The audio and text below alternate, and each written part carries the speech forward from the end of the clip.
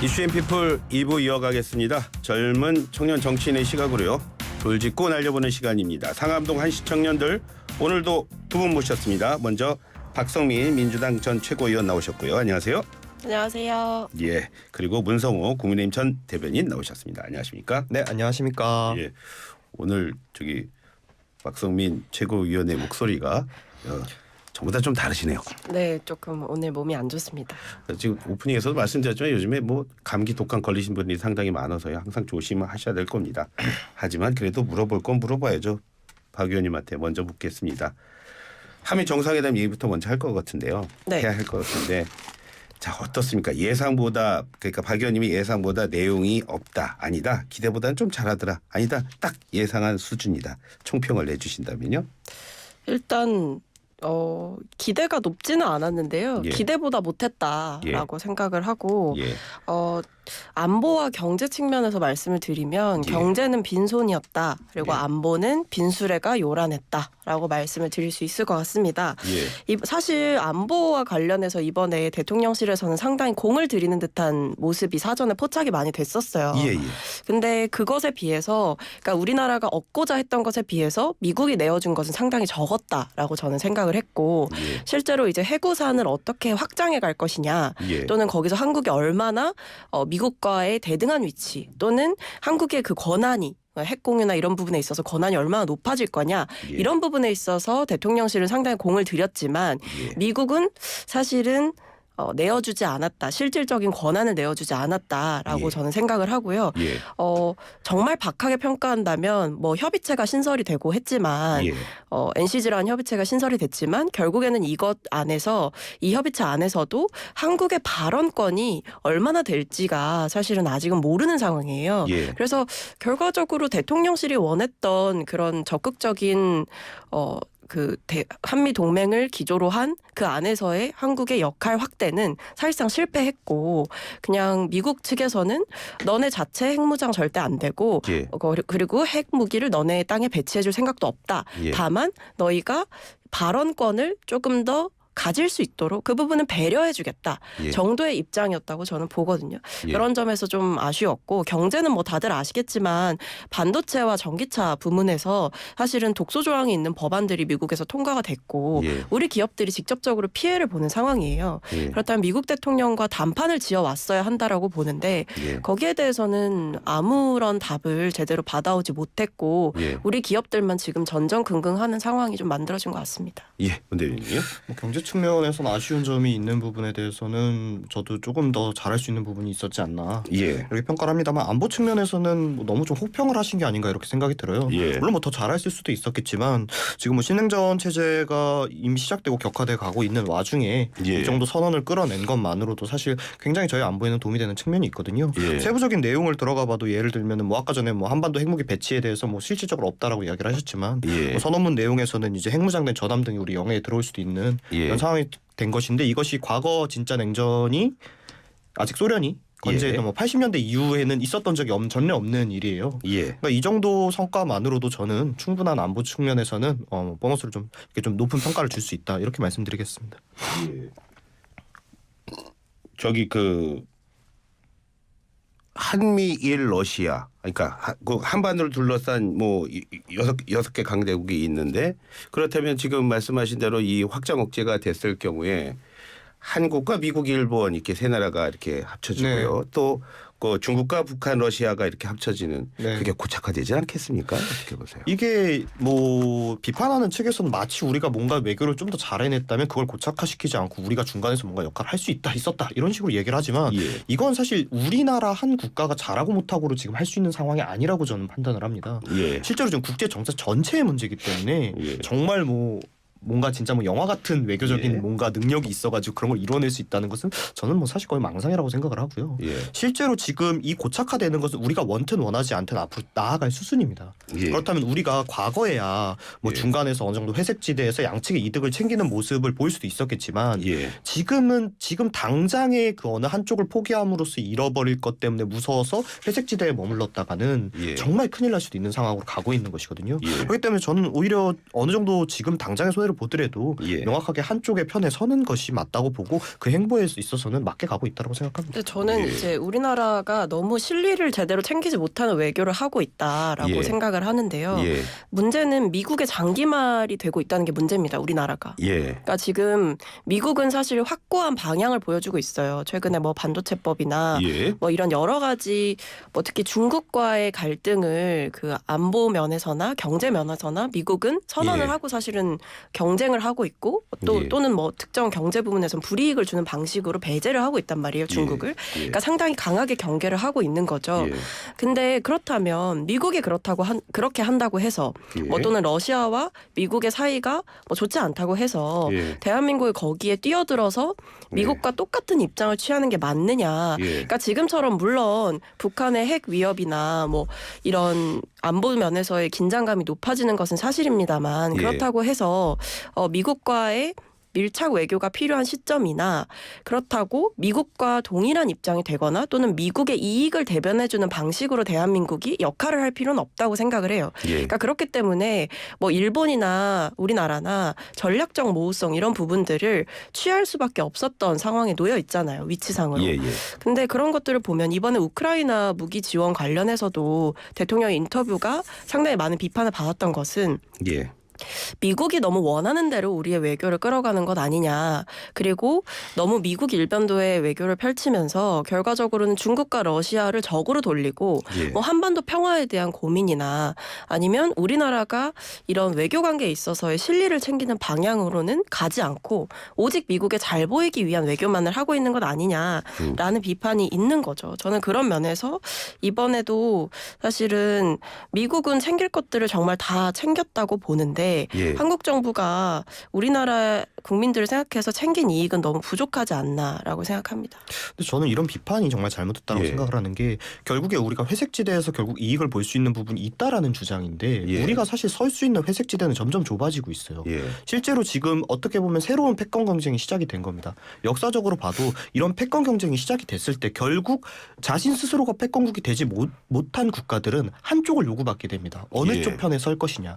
여기에서 잘못된 선택을 하거나 올바르지 못한 선택을 했을 경우에 보는 불이익, 거의 굉장히 심각한 불이익을 보는 사례들이 쭉 역사적으로 있어 왔어요. 이 경우에 가장 잘못된 선택이 뭐냐면 예. 중간에 쓴 거예요.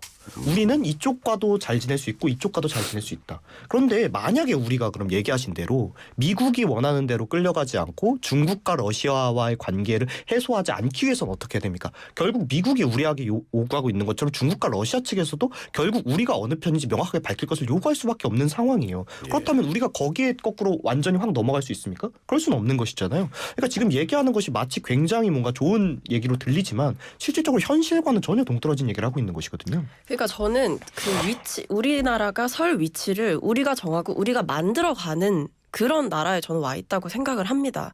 근데 지금 말씀하시는 것을 들어보면 마치 미국이 허락해주는 위치, 그러니까 미국과 동맹 관계라는 이유로 하지만 이번에 봤을 때 사실 미국과의 동맹 관계라고 하기에는 이번에 도감청 의혹에 대해서도 제대로 따지지 못한 부분이 있었고요. 우리 예. 정부가 너무나 저자세였고 이번에 한미 정상회담에서도 결과적으로 내용을 봤을 때 뭐 그냥 핵 잠수함 하나 보내주는 거 말고는 실질적으로 안보에서의 성과가 예. 너무 부족한 것 아니냐. 그것에 비해서 우리나라는 중국을 대만 발언을 통해서 자극했고 예. 러시아에는 우크라 무기 지원을 뭐 전제 조건을 달긴 했지만 예. 가능성을 열어둠으로써 러시아가 강한 반발을 하게 했고 이런 식으로 우리나라가 설 수 있는 자리를 우리나라가 스스로 좁히고 있는 것은 문제죠. 근데 그 기저에 왜 도대체 이런 외교를 하냐라고 보면 너무 미국에 대한 의존도가 높은 방향으로 대통령이 이 외교를 끌어가고 있는 게 저는 문제다라고 생각합니다. 그런데 박 의원이 그 국빈 방문으로 초청을 했는데 국빈 방문으로 초청한 자리에서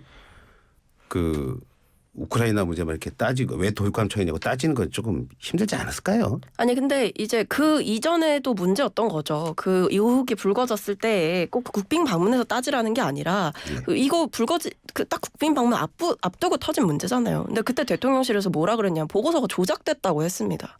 근데 나중에 보면요. 진범 잡았잖아요. 진범 잡고 나서 그 사람이 자체적으로 보고서를 생산했다라는 게 아니라 있는 보고서를 그러니까 내밀한 정보를 유출시킨 범죄 대로 잡혀갔잖아요. 예.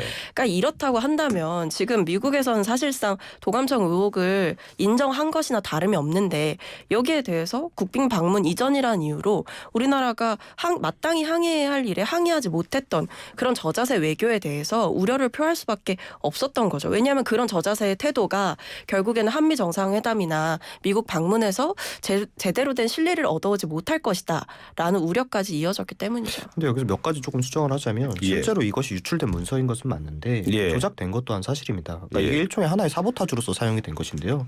보통 어떤 선동이라는 것은 보통 전체를 허위 사실로 하면 금방 그 밑바닥이 드러나요. 예. 그러니까 실제로 있는 어떤 거에 덧댐으로써 하는 사보타주가 보통 이어지거든요. 예. 그러니까 실제로 유출된 것에 추가적으로 러시아에서 정보를 덧대서 다시 한번 유포시킨 정황이 있거든요. 예. 이런 부분에 대해서 제대로 확인되지 있지 않았을 때 나왔던 정부의 발언이고요. 예. 차후에 이제 뭐 당시 범인이 이제 체포가 되지 않았습니까? 예. 그 과정에서 범인이 체포된 것과 그 안에 있는 내용이 전부 진실인 것과는 또 다른 내용이거든요. 예. 그러니까 이런 부분에 대해서는 국민 여러분들께 좀 명확하게 말씀을 드려야 된다고 생각합니다. 근데 저는 그렇다고 해서 대통령이 미국 물론 그건 예, MBC와의 인터뷰에서 예. 되게 동맹국이 친구가 스파이 짓을 하냐라고 네. 되게 직설적으로 기자가 물어봐요. 네.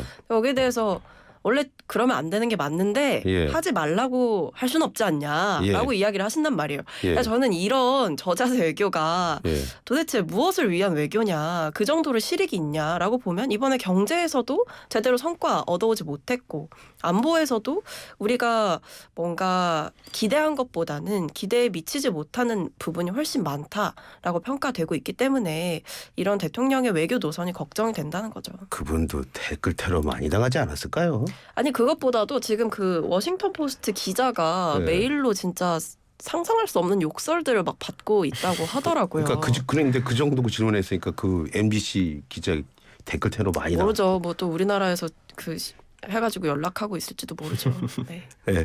자 그래서 근데 사실은 저기 그 문대위 두 분한테 제가 질문 드리고 싶은 그거였어요. 문대위님 네. 대통령 내외 국빈 만찬은 네. 어떻게 보셨어요?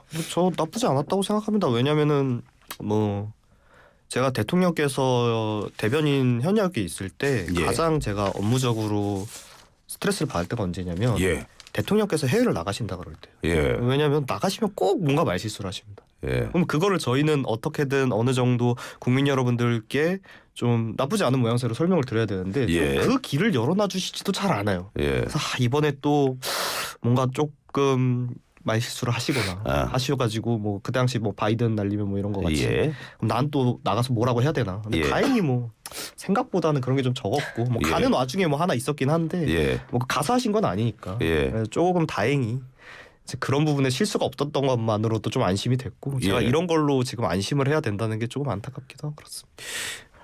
궁금합니다. 어떻게 보셨어요? 국빈 만찬이요. 예. 뭐 화기애애했다고 봐요.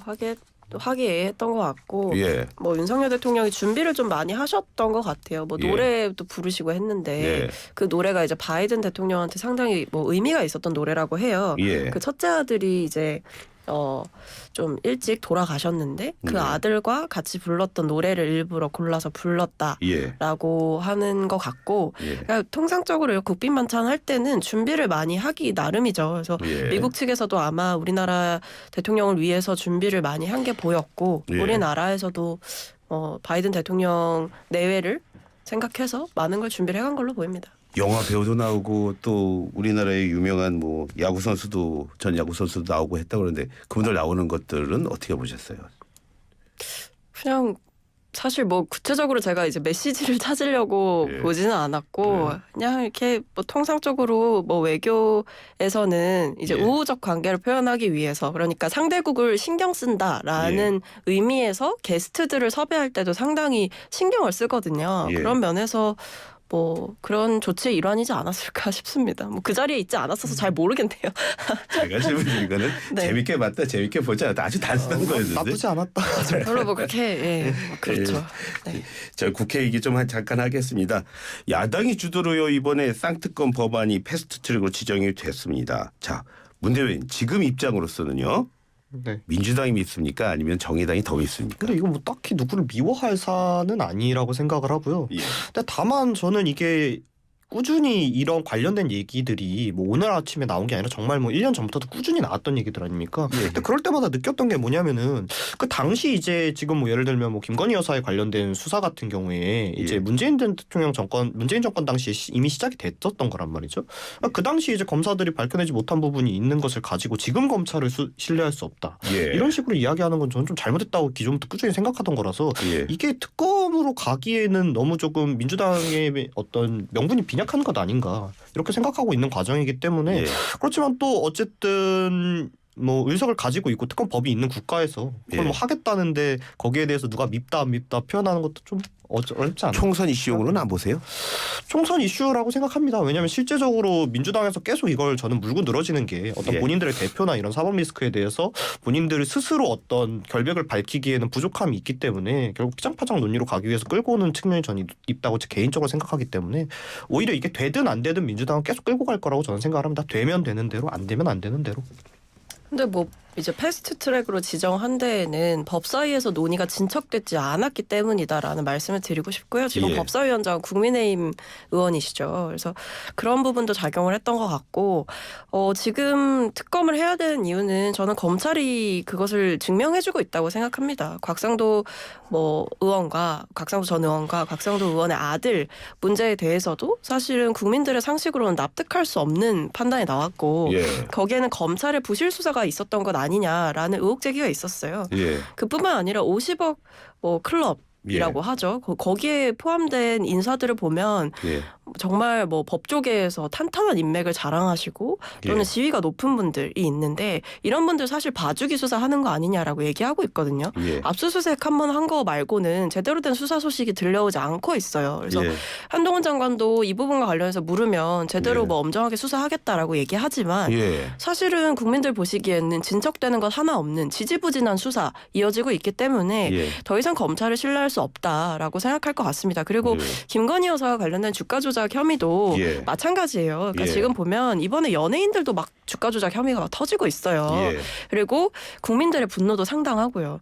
근데 이런 주가 조작 범죄는 사실상 민생 범죄예요. 선량한 시민들 피해보게 하는 범죄거든요. 예. 이런 점에 있어서 김건희 여사가 무죄냐 유죄냐라는 부분을 국민들은 묻고 있고 예. 왜냐하면 관련자들은 지금 다 유죄다라고 판명이 났기 때문에 예. 이 부분에 대해서 진상 규명이 필요하다라고 보는 거죠. 예.